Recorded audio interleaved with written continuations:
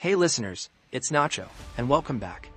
The story begins with a girl's mother holding her daughter's hand and placing her foot on her back, firmly holding her hands.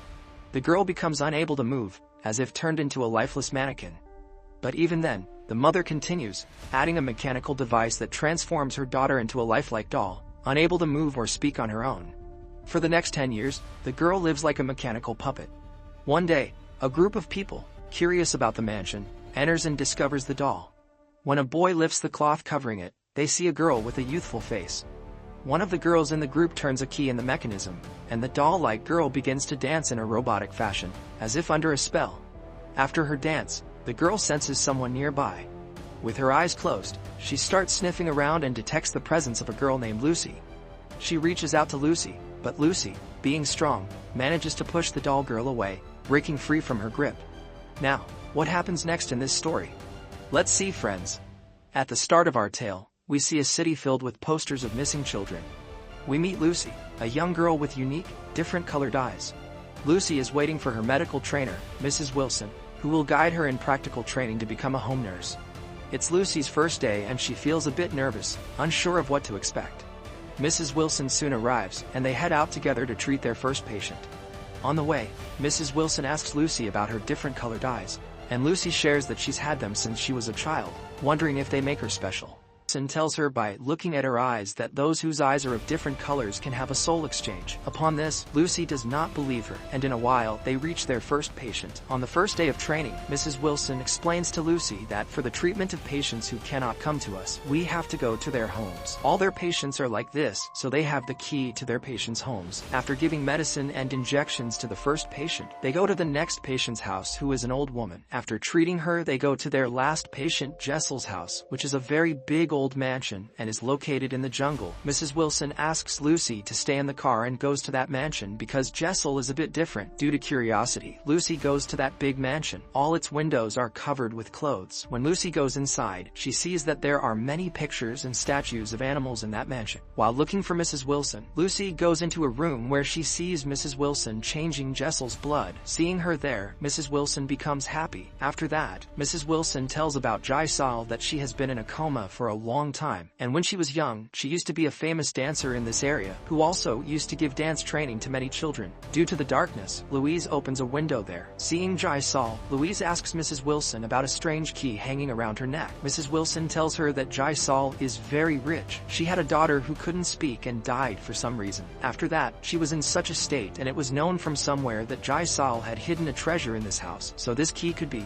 hers. She tried many times to find that treasure, but never reached it. After that, they both leave from there. Mrs. Wilson leaves Louise at the place she told her and starts going home. We see Mrs. Wilson kidnapping a girl on the way, so we know she's involved in the kidnappings happening in the city, because the missing reports of children her age were printed in the city. After going home, when she sees her dad talking to another woman, Louise feels quite bad because it hasn't been long since her mom passed away. When she talks to her dad about it, her dad tells her that this woman is his childhood friend and he's going to meet her. After her dad leaves, Louise calls William to join in the theft of the treasure because she was also fed up with her situation. And now William, Louise, and Ben meet in a car that night and head towards Jysal's mansion. Just a little away from Jysal's house, they park their car and Louise, Ben, and William start walking towards Jysal's house. On the way, Louise sees a strange green light on the ground, which she checks by touching it, but the light disappears from there. Seeing this, those people don't understand anything, which they ignore and head towards Jysal's mansion. They jump the wall of the mansion and reach the ground floor by climbing 3 stairs in the basement. They find a lot of items lying there, which have been lying there for a long time, and when they are checking in the mansion hall, then Ben gets scared seeing a wolf statue lying there, after which these 3 start moving forward from there. But they find it strange to see that there is a lock on every small door here, without any noise. Then these people silently move to the first floor. They go where they see a girl's room. Lucy tells them that this room used to belong to Jysal's daughter, who died years ago and couldn't even speak. Then they are called to William's room next door, and when they go inside, they see 4 animal dolls. While they are talking about them, one doll suddenly turns towards them, which frightens all 3 of them, so they ignore it and start moving forward. As they move forward, they find a door that is locked. William thinks that the treasure might be behind this door, but they don't have the key.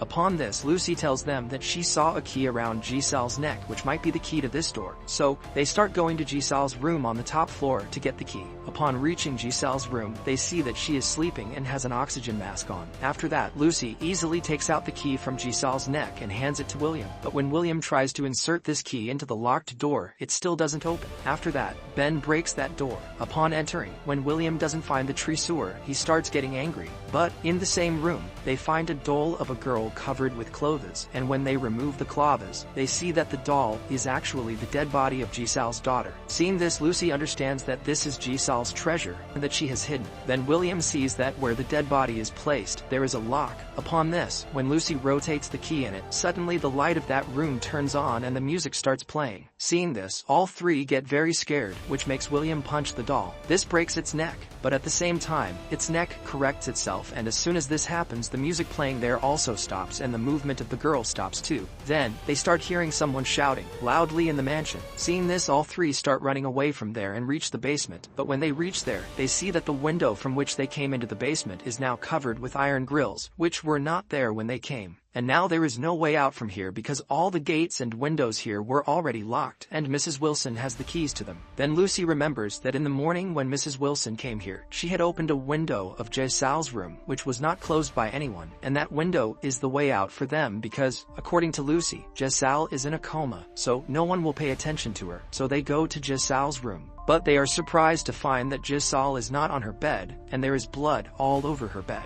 But William and Lucy go towards the window that Lucy had opened, but now someone has locked it too, so they start breaking its lock. On the other hand, Ben starts seeing himself in a room where there are many of operational equipment kept. When the door of that room closes, he gets scared because there is no gate in that room, and then he hears the sound of a little girl playing, which makes him even more scared. Then three girls come there dancing and stab Ben in the neck, which indicates that these must be the same girls whom Jisal used to teach dance. Meanwhile, William and Lucy are searching for Ben throughout the mansion. Lucy finds a note. After reading this, it becomes clear that Jisal's daughter's name is Ina. When she goes to find Ben, she enters a room where many dolls are sitting on a dining table. As soon as Lucy enters there, the faces of the dolls present there quickly turn towards Lucy, and there, Jisal is also sitting on a chair. She controls Lucy, sits in front of her, and holds both her hands. Then Jisal shows her past life where Jisal is teaching some girls to dance in her mansion, one of whom, due to not dancing properly, she dismisses. Then when that girl is changing her clothes, Ina starts taking her somewhere. After a while, Jisal hears a loud scream from that girl, so she tells her other students to go home and goes to Ina, where Ina is beating up that girl and drinking her blood. Seeing this, Jisal scolds her that we only drink the blood of unknown people. We can understand that Jisal and Ina are vampires, and the three girls who attacked Ben are Jisal's students whom Ina had killed.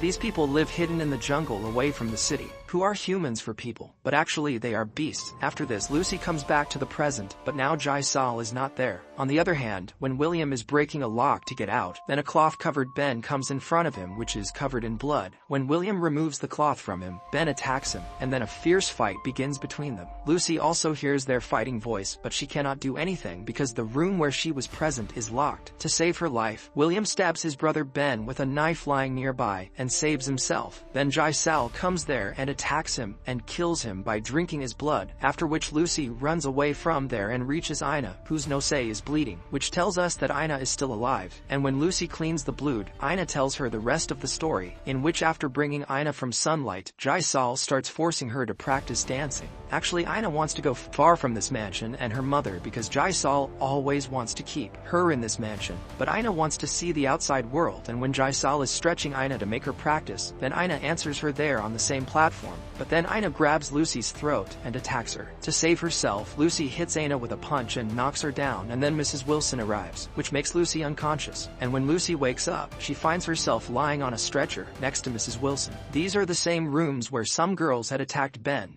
Then Mrs. Wilson tells her that when she was young, she also used to go to Jisal to learn dance, and when Jisal mistakenly broke Ina's backbone, which she had seen happening, then Jisal also fixed Ina's backbone in front of her, and since then she has been with Jisal, and she arranges for blood for her, and she never told anyone about being a vampire. Now, the story comes to a present where Jisal brings Ina to the operation room, after which Jisal cuts Lucy's stomach with her nails, and then puts a dead insect into her stomach by chanting a mantra. She does the same with her daughter Ina. After that, when Jaisal is sealing Lucy's eyes, she sees her mom's soul standing near her. After her eyes are healed, Jaisal performs her ritual, where after swinging in the air with Lucy and Ina for a while, both creatures crawl into each other's mouths alive and exchange bodies. And after a while, Mrs. Wilson brings Lucy to Jaisal. When Lucy sees herself in a mirror, we see that now both her eyes' colors have become the same, while at the start of the movie, her eyes' colors are different. From this we can understand that Jaisal had performed the ritual and swapped Lucy and Ina's souls, meaning now, Lucy's body will have Ina's soul and Ina's body will have Lucy's soul. Jaisal did this for her daughter Ina, so that they could dance together again and stay together forever.